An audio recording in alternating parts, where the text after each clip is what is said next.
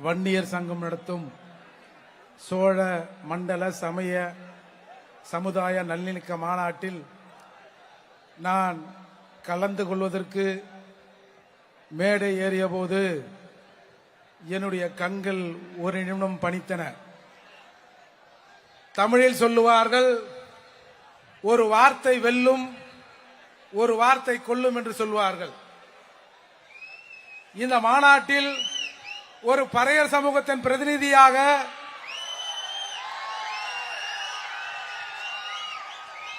ஒரு பறையர் பேரவையின் தலைவராக நான் இந்த மாநாட்டில் பேசுகிறேன். ஆனால் நீங்கள் எல்லாம் பார்த்திருப்பீர்கள், ஒரு சில நாட்களுக்கு முன்னால் மேலவளவு முருகேசன் என்பவர் எங்கள் சமூகத்தின் ஊராட்சி மன்ற தலைவராக இருந்தார். அவருடைய நினைவு நாளுக்கு நான் மதுரைக்கு அஞ்சலி செலுத்த போகிறேன்.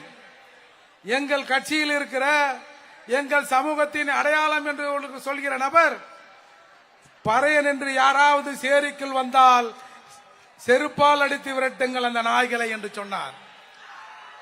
ஒரு சொந்த சமூகத்தில் ஒருவன் வந்தால் அந்த நாயை செருப்பால் அடித்து விரட்டுங்கள், பறையன் என்ற பெயரிலே வருபவனை என்று சொன்ன இந்த சமூகத்தில் தான் பறையர் சமூகத்திலே இருந்த அந்த மூர்த்தியை அந்த சமூகத்தின் சார்பாக மேடை ஏற்றுங்கள் என்று சொன்ன மருத்துவர் ஐயா அவர்களுக்கும் அன்புமணி ஐயா அவர்களுக்கும்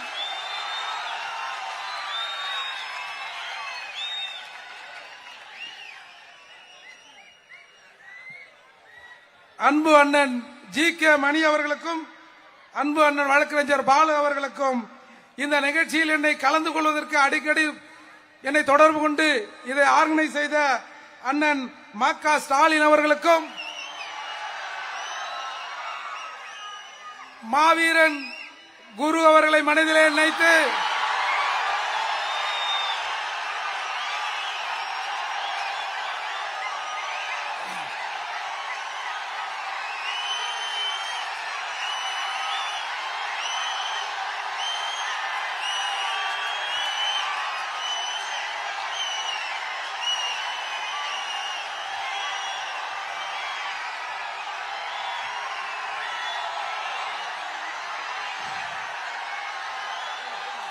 எனது நெஞ்சாத நன்றியை தெரிவித்துக் கொள்கிறேன். பொதுவாக மருத்துவர் ஐயா அவர்கள் யாரையும் அதட்டி பேசி நான் பார்த்ததில்லை. ஆனால் அவர் அதிர்ந்தும் பேசியதில்லை. ஆனால் ஒவ்வொரு வார்த்தையும் அரசியலாக பேசக்கூடியவர் நம்முடைய மருத்துவர் ஐயா அவர்கள். இப்போ அரசியல் பத்திரன்னு சொல்லி அதை பண்ணு இதை பண்ணுன்னு தெருவில் இழுத்து விட்டுட்டு நாம் பாட்டு போற வேலையை செய்கின்ற இந்த சமூக தலைவர்கள் இருக்கிற நிலையில் ஒவ்வொரு வார்த்தையையும் அரசியலாக பேசக்கூடியவர் நம்முடைய மருத்துவர். நீங்க அண்மையில பார்த்திருக்கலாம், யார் யார்கிட்ட போய் அந்த 10.5% கேட்பது வெட்கம் வெட்கம் வெட்கம், இந்த 3 வார்த்தை தான் சொன்னார். அந்த 3 வார்த்தைக்கும் அந்த 3 முறை சொல்லியதற்கும் 3000 அர்த்தங்களை இந்த சமூகத்திலே நாம் சொல்லலாம். வெட்கம்னா, நான் தமிழ, நான் யார்கிட்ட எனக்கு 10.5 கொடுன்னு கேட்கறது? இன்னொன்னு, நான் பெரும்பான்மை, நான் தமிழ்நாட்டில் பெரும்பான்மை சமூகமாக இருக்கிற நான் எண்ணிக்கையில் சிறுபான்மையாக இருக்கிற உன்னிடம் வந்து நான் 10.5 எனக்கு கொடுன்னு கேட்கணுமா? வெட்கமா இருக்கு. இந்த சமூகத்தில் இருக்கிற தமிழக மக்களை, தமிழர்களை பார்த்து எனக்கு வெட்கமா இருக்கு. என்னைய அங்க போய் கேட்க சொல்லி நீங்க நிலைச்சு வச்சிருக்கீங்களே, எனக்கு வெட்கமா இருக்குன்னு அதுக்கு ஒரு அர்த்தம் இருக்கு. அதால நீங்க இப்ப மருத்துவர் ஐயாவை எல்லாரும் வந்து இன்னைக்கு தமிழகத்திலே இருக்கிற பல ஊடகங்கள் இவரை ஒரு வன்முறை தலைவருங்கிறான். என்ன அது? பொதுவா தமிழக தலைவருக்கு எதிராக பல ஊடகங்கள் தமிழர் அல்லாதவர் கையிலே இருப்பதனால் அவரை இப்படி சித்தரிக்கிறான். இப்போ ஒவ்வொரு சமூகத்திலும் சில ஆதிக்கம் எண்ணம் கொண்டவர்கள் இருப்பார்கள். அதை நான் மறுக்கவில்லை. அது எல்லா சமூகத்திலும் இருப்பார்கள். ஒரு சமூகத்திலே ஆதிக்கம் எண்ணம் கொண்டவர்கள் செய்கிற ஒரு சின்ன சின்ன தவறுகளை ஒட்டுமொத்தமாக அந்த சமூகத்தின் மீது திணிப்பது மிகப்பெரிய கொடுமை. நான் அறையில இருந்த போது கூட பலர் வந்து நம்ம வன்னிய சகோதர தம்பிகளை சந்தித்தார்கள், புகைப்படம் எடுத்தார்கள். சென்னையில் அண்ணன் அன்புமணி அவர்களை வைத்துக் கொண்டு நான் ஒன்றை சொன்னேன்.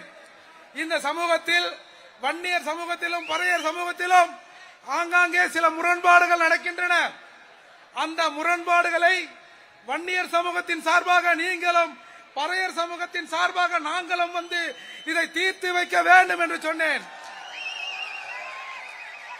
இன்றைக்கு அறையிலே வந்து புகைப்படம் எடுத்துக்கொண்ட அத்துணை சகோதரர்களும் நீங்கள் சரியாக சொன்னீர்கள்.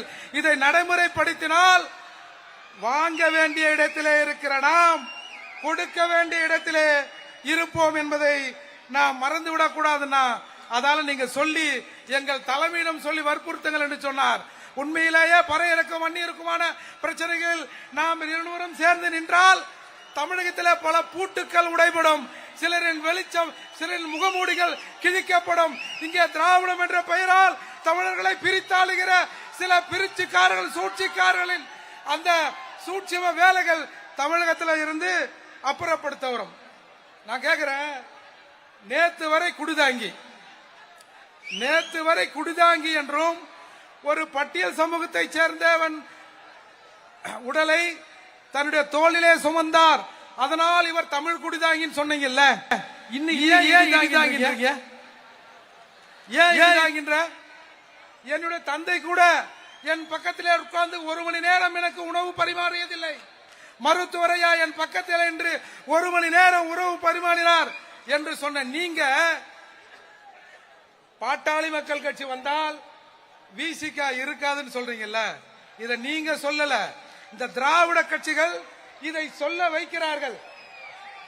எனவே நாம் இன்றைக்கு இப்ப 10.5% சம்பந்தமாக சாதிவாரி கணக்கெடுப்பை எடுக்கணும்னு கேட்கிறார். ஏன் எனக்கு தேவை 10.5, என்னிடம் இவ்வளவு கூட்டம் இருக்கிறது, அதை வைத்து நான் வாங்கிக் கொள்கிறேன் சொல்லக்கூடாதா?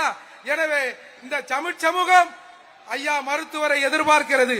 தமிழ் சமூகம் மருத்துவரின் பின்னாலும் நிற்பதற்கு தயாராக இருக்கிறது. எனவே இந்த இருவரும் சமூகங்களையும் நாம் ஒருங்கிணைக்க வேண்டும்.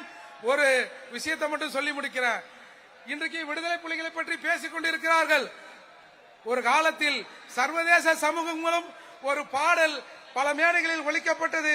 அதுதான் புலிகள் தோழரே, புரட்சி வீரரே, ராமதாசரே. புலிகள் தோழரே, புரட்சி வீரரே, ராமதாசரே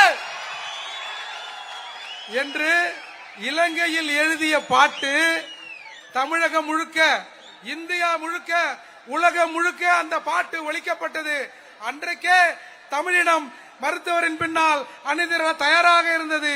எனவே இந்த சமூகத்தில் இருக்கிற முரண்பாடுகளை கலைந்து தமிழராக நாம் ஒருங்கிணைய வேண்டும். அப்படி நடந்தால் நாம் எவரிடமும் கெஞ்ச வேண்டிய அவசியம் நமக்கு இருக்காது என்று கூறி முடிக்கிறேன். நன்றி, வணக்கம்.